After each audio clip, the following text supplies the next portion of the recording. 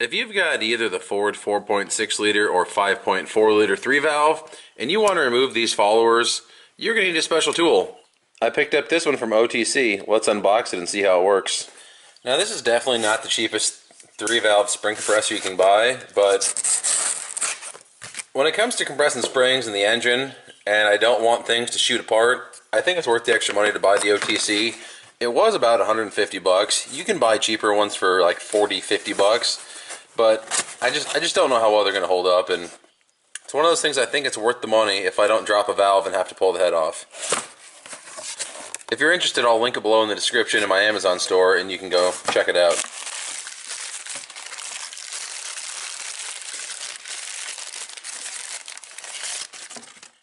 So the way it works is you slide this portion of the tool underneath of the camshaft. That keeps it from rising up, and then you turn this knob, which depresses this cute little fork here, right onto the valve spring. In theory, creating enough room to wiggle the follower out of there. Suppose I'll throw it in there and give it a whirl.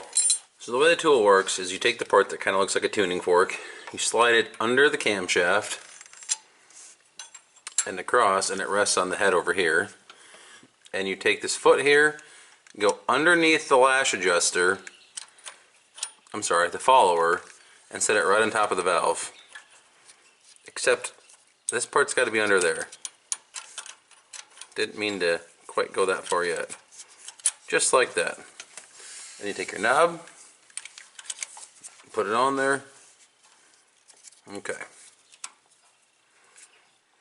So once it's installed where you like it, you just start cranking on the knob here. Now the critical thing is you want to be pushing down on top of this follower at the same time. Because if you don't, it's possible the valve might stick and you're going to compress the spring and the keepers are going to fall out. Now I can feel it going down, but if you want to stop and look too, you can also visually see it going down. I know you guys can't see it whatsoever, but I promise you, it's going down. I can feel it as I'm cranking it. Sorry about the lighting. I know it's horrible. Believe me, it's a struggle even trying to work on this thing with the flashlight.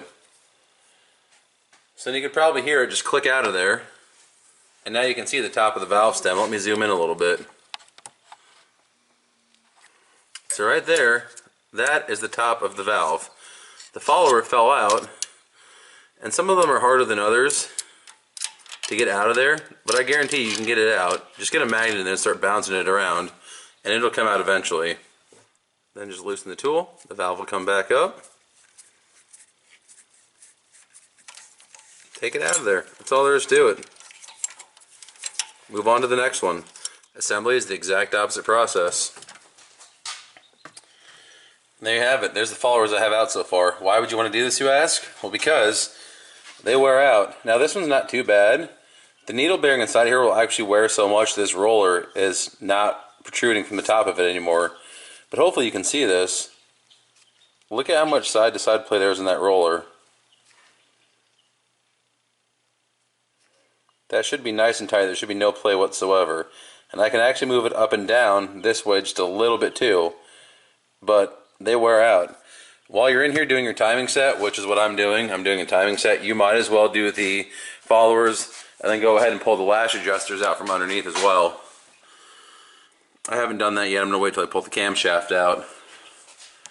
It's quite a little process because being a 3 valve and a V8, there's 24 of them. But like I said, you're already in here doing it. You might as well pull these things out, and that's where this tool comes in handy. If you're doing this job, this tool is a lifesaver. Like I said, it'll be linked in the description below. If you're interested in buying it from there, I appreciate it. Thanks for watching, guys, and I'll see you in the next one.